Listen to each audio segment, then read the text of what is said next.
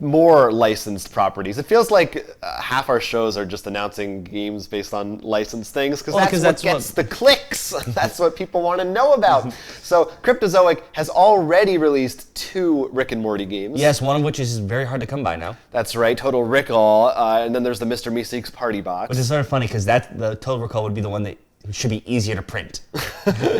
Go figure. And they've announced 2 more.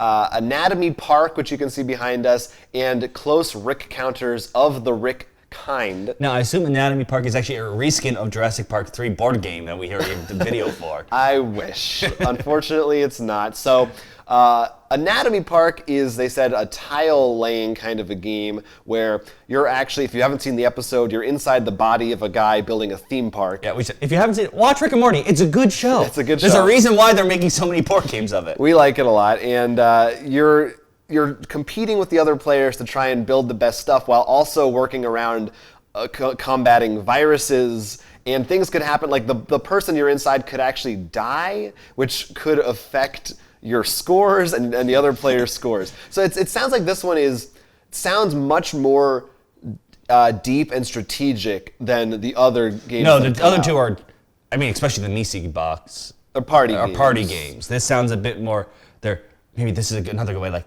yes, you've got Rick and Morty, now leave the party games, come towards our... Yeah. And next thing you know, they're at the table for Scythe.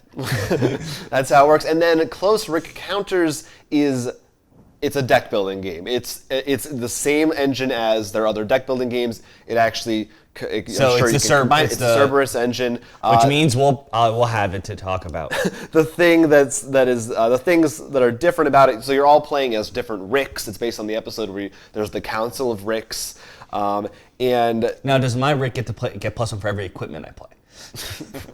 Probably. I'm sure there's one of those. There is a location deck and portal gun cards which replace the kicks.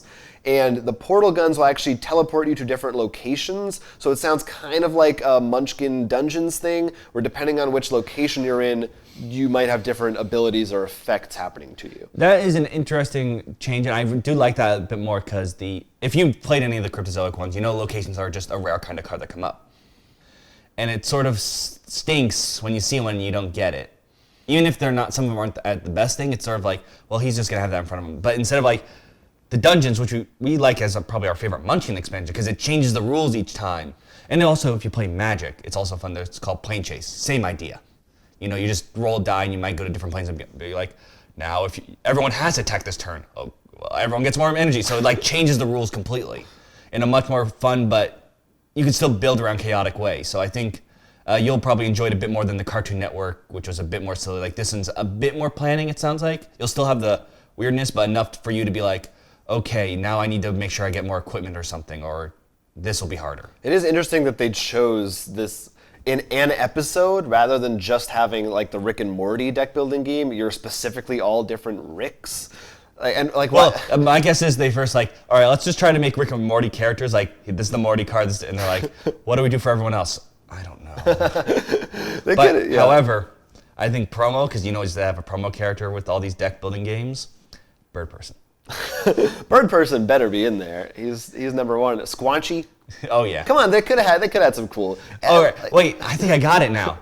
We're missing the point. I think each game's an episode. We're gonna have a game for every episode of Rick and Morty. That is a real possibility. I can't wait for the one for the first episode where we have to put something up our butt.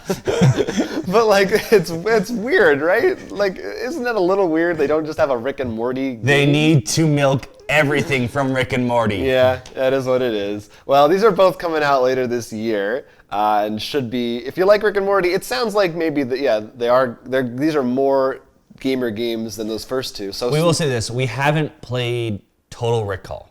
We have played the Meeseeks one. I mean, it's a fun party game. It's okay. It's all right. We do want to play the Total Recall, but you can't find it. Yeah. But hopefully these will be better.